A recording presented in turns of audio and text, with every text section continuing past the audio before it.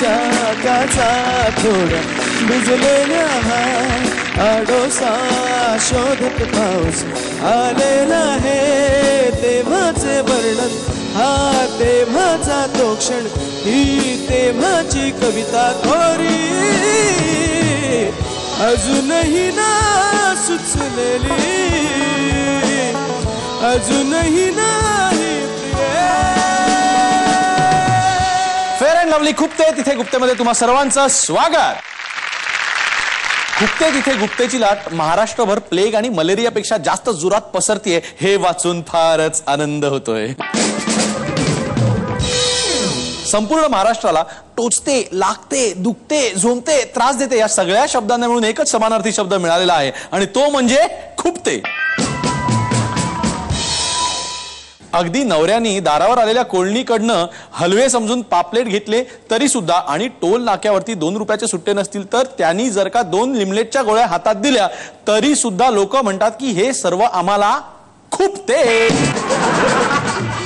आज देखील आपल्याकडे महाराष्ट्रातली अशी 2 स्मितहास्य आलेली आहेत की त्या स्मितहास्यांच्या पाठीमागे नक्की काय आहे, कुठली हुरहुर आहे आणि त्यांना नक्की काय खुपते हे आपण जाणून घेणार आहोत. पण त्याआधी पाहूया गुप्ते का फांडा.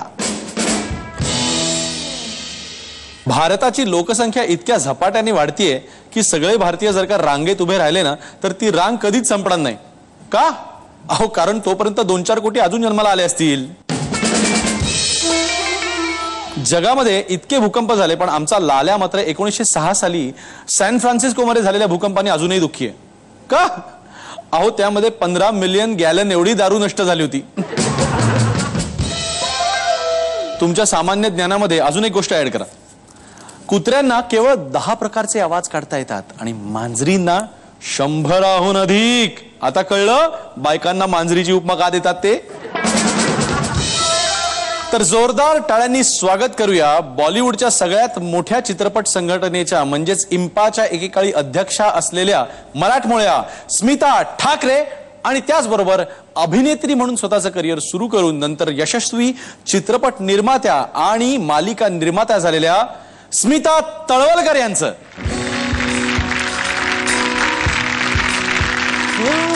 त्यानंतरही काही पाऊस आले पण नाही खिडकीचे चले ओले म्हणूया त्याच्या ओठीच बरे गाळे जुनी त्याच पावसाची जुनीच बरे गाळे जुनी घडीभर गेला भिजबुनी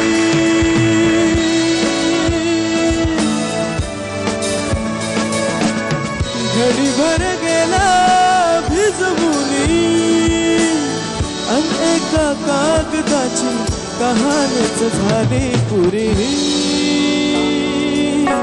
देवाची कविता. स्मिताताई आता आज तर अवघड आहे म्हणजे स्मिताताई म्हणलं तरी दोघी जणी म्हणणार. बरं आपण एसटी म्हटलं जर का तरी सुद्धा दोघी म्हणणार कारण स्मिता ठाकरे स्मिता तळवलकर काय म्हणायचं का समजा तुम्हाला how should I address you म्हणजे काहीतरी उद्देशाने बोलवलंय दोघी स्मिता टी म्हणजे तुम्हाला नको तुम्ही दृष्टी करा इकडे. मला एक सांगा आपके सौंदर्य का राज क्या है. पहिलं म्हणजे आभारी आहे आणि कुठल्याही स्त्रीला एखाद्या वेळेस मला असं वाटतं की तिला थोडंसं खुलवायचं असेल तर सौंदर्याची तारीफ करा. अहो नाही हो असं काय नाही आणि मला त्यातला काही फारसा एक्सपिरियन्स नाही स्त्रियांना खुलवण्याचा वगैरे तसं म्हणजे काय नाही बस माहिती नाही मला. मी थोडंसं एक्सरसाइज करते, योगा करते आणि ठराविक वयानंतर काळजी घेणं जरुरी असतं. ते जे काय रेग्युलर करायचं असेल ते थोडा बहुत करते आणि बाकी आई वडिलांची कृपा असेल. नाही पण मग सिरियसली प्रश्न असा की तुम्हाला कोणी मग स्वतः तुम्ही प्रोड्युसर पण एखाद्या वेळेस फिल्म मध्ये ऍक्टिंग करावी किंवा असं कधी वाटलं नाही? नाही शाळेमध्ये कॉलेजमध्ये असताना मी काम करायचे नाटकामध्ये किंवा डान्स आणि हे तेव्हा होतं पण नंतर एक ठराविक त्या घराण्यामध्ये गेल्यानंतर किंवा एक ठराविक वय झाल्यानंतर आपल्याला एक वेगळी आपली रुची पण बदलत असते. स्मिता ठाकरे ह्याच्या आधीचं पूर्वाश्रमीचं आडनाव काय होतं? चित्रे. पण मग तुम्ही ज्यावेळेला लग्न होऊन द ठाकरेज मध्ये तुमची पाठवणी करताना घरच्यांना टेन्शन नव्हतं आलं? खूपच टेन्शन आलं होतं. इनफॅक्ट आम्ही मिडल क्लासची फॅमिली आहेत, अजूनही आहे. माझ्याकडे ते म्हणजे व्हॅल्यूज आहेत. माझे आई वडील अजूनही बघाल तर त्याच व्हॅल्यू मध्ये आहेत आणि आमच्यावरही तेच संस्कार आहेत. पण कुठल्याही व्यक्तीला जे एक अशा घराण्यामध्ये जाताना कोणालाही भीती एक वाटणारच. पण देवाच्या कृपेने मला सासू सासरे एवढे सुंदर मिळाले की त्यांनी प्रत्येक म्हणजे सासू तर आमची म्हणजे पावलोपावली आम्हाला मदत करायची आणि इतक्या उत्कृष्टतेने म्हणजे त्यांनी इतकं सामावून घेतलं त्यांच्या कुटुंबामध्ये की मला जाणवलं नाही सुरुवातीला की मी एवढ्या मोठ्या घराण्यामध्ये आले. पण शेवटी जगाच्या मासाहेब जरी असल्या तरी तुमच्या सासूबाईच होत्या ना त्या. पण त्यांनी कधी सासूपणाचं असं जाणीव करून दिली नाही. म्हणजे जगाच्या पुढे जी त्यांची इमेज आहे तीच इमेज घरामध्ये पण आहे. कारण त्यांनी जसं बाहेरच्या लोकांना प्रेमाने ठेवलं तसंच घरातल्या व्यक्तीलाही प्रत्येक व्यक्तीला रिस्पेक्ट देणं किंवा त्यांच्या आवडीनिवडी करणं किंवा त्यांना जे पाहिजे ते करून देणं ह्या गोष्टी आणि खूप त्यांनी शिकवलंय. म्हणजे घरामध्ये किती पाहुणे आल्यानंतर कसा पाहुणचार करावा कारण सतत ये जा असायची घरामध्ये. त्यामुळे बरंच शिकले मी त्यांच्याकडनं आणि एक प्रेमाचा वर्षाव म्हणतात ना तो त्या माऊलीकडनं मिळाला आम्हाला. स्मिताताई आता पुन्हा या बरं काय ज्युनियर आणि सिनियर असं म्हणूया म्हणजे सिनियर स्मिताताई. सिनियर स्मिताताई तुमच्या फॅन्सना तुमच्याबद्दल खूप काळजी वाटते. तुम्ही कशा आहात आता तुम्ही स्वतःच सांगा. ठणठणीत आहे ठणठणीत आहे. गेले 6-7 महिने गेले आजारपणात पण ती काय परमेश्वरांनी घंटा वाजवली सावध जरा व्यवस्थित स्वतःकडे बघा जरा लक्ष द्या. इतके वर्ष प्रकृती गृहीत धरून वावरताय 16-16 17-17 तास काम चाललंय तेव्हा जरा स्वतःकडे लक्ष द्या. याच्यासाठी ते 6-7 महिने होते पण झालं आता सगळं ट्रीटमेंट संपली आता कामाला सुरुवात. स्मिताताई आता तर म्हणजे काही काळ निघून गेलाय पण अजूनही पत्ता सांगायला सांगितल्यानंतर पटकन मातोश्री येतं का तोंडात?